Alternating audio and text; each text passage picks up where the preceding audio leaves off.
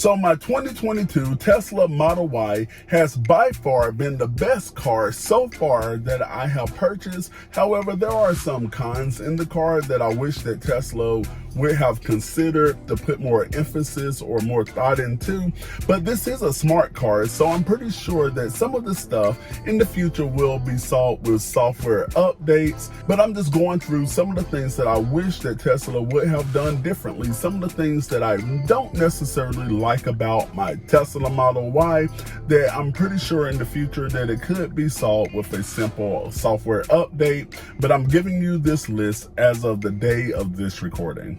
So my first regret about this car is sometime whenever you're in traffic, especially being in Atlanta, there may be a car slowing down about 3 or 4 car lengths above you or in front of you, and this car will get right up on that car. Then it will just slam on brakes, which will have me like, oh my goodness, and looking in the rearview mirror to make sure that there's not going to be a car that rear-end me. Once before already, I saw a car behind me slam on brakes and have to go into the shoulder because my car just threw on the brakes. It wasn't the phantom braking. However, I just wish that it was like 100% of the time almost that if the car in front of me, like 3 or 4 car lengths above, started to stop, that my car, the Tesla here, would sense that and it would start slowing down to give more of a natural slowdown versus just slamming on brakes because the car above me was starting to stop. And secondly, I have regrets. So some of the build quality issues. You would think paying more than $60,000 for a car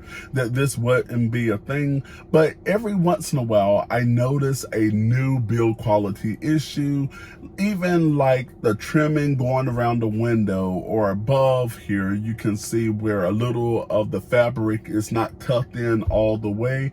And I know every Tesla Model Y comes this way, but on the side of the seat where it's like they put 2 different carpets together, where for $60,000, why couldn't it just be one? And you see so many sections that's built off. Even right here, like I wish that this was just one pillar versus you just see where they tuck the fabric under there. That's not a make or break, but every once in a while I notice something new. So just the build quality of the car is something else that I wish Tesla would improve. Thirdly, it would be the cabin noise as you're on the interstate, and especially if I'm on the phone sometime, the people that I'm talking to can hear more of the road noise than me talking. And I know that Tesla, they did make steps to prevent the cabin noise from entering the cabin by doing the double pane glass on the front, but what about the back? So a lot of times I do feel that a lot of the extra noise is coming through from the back. And another thing that I feel that Tesla could improve on the Model Y is through the app by viewing the live footage from the sensory cams. Now, that is a thing that now that you can see live footage from your app, but sometimes it will take a good 15-20 seconds in order to pull up the camera. So if you sense something is going on or you want to see the car, sometimes that event would have passed before the cameras actually reached to your car. And this may not be a Tesla issue, it could just be a connection issue, but something that I feel that could be improved. And this next one is a Tesla problem. I'm pretty sure it is, but you have to have the app open on your phone in order to get into the car. I wish that the car could just sense your phone. Sometimes you may end up closing out the app. I'm a person, I don't like to keep extra apps open on the phone. So a lot of times I just take my phone and swipe up and close them all out and forget that, hey, you just closed out the Tesla app.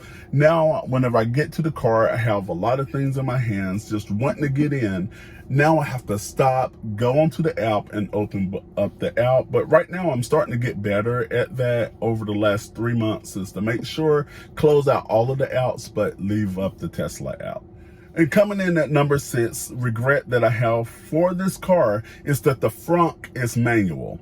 You have powered doors, powered trunk, everything in the car is very futuristic and power, and the technology is amazing and it's like forward thinking. But whenever I get to the front, I literally have to close the front with my hands, especially right now that it's springtime. So if I got to put something in the front, I got to put both hands on both sides of the T, press down, and what's on my hand? Pollen. Now I have to get in the car, wipe off my hands. I wish it was some way that Tesla could include powered fronts on their car versus going through a third party, not knowing exactly what you're going to get. And another hang up that I have is the phone.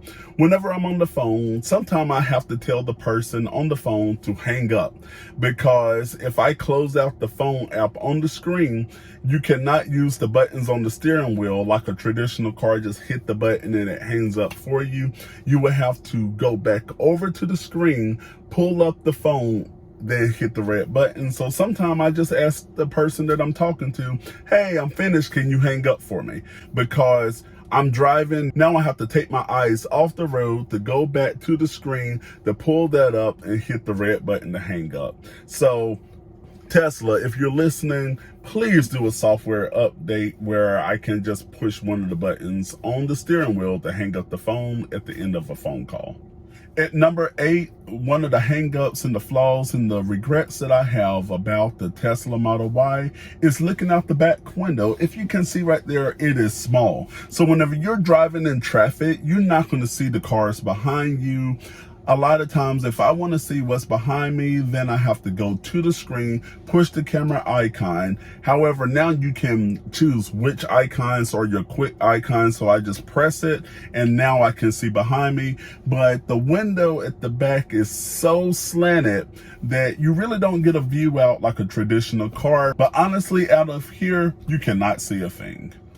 And number 9, I would say that the autopilot, whenever you're driving on regular roads, which I think the autopilot is for interstate driving anyway. However, this is something that I still don't like whenever I'm driving on regular roads. Going through an intersection, sometimes the car cannot gauge, or the car thinks, oh wow, that's kind of weird.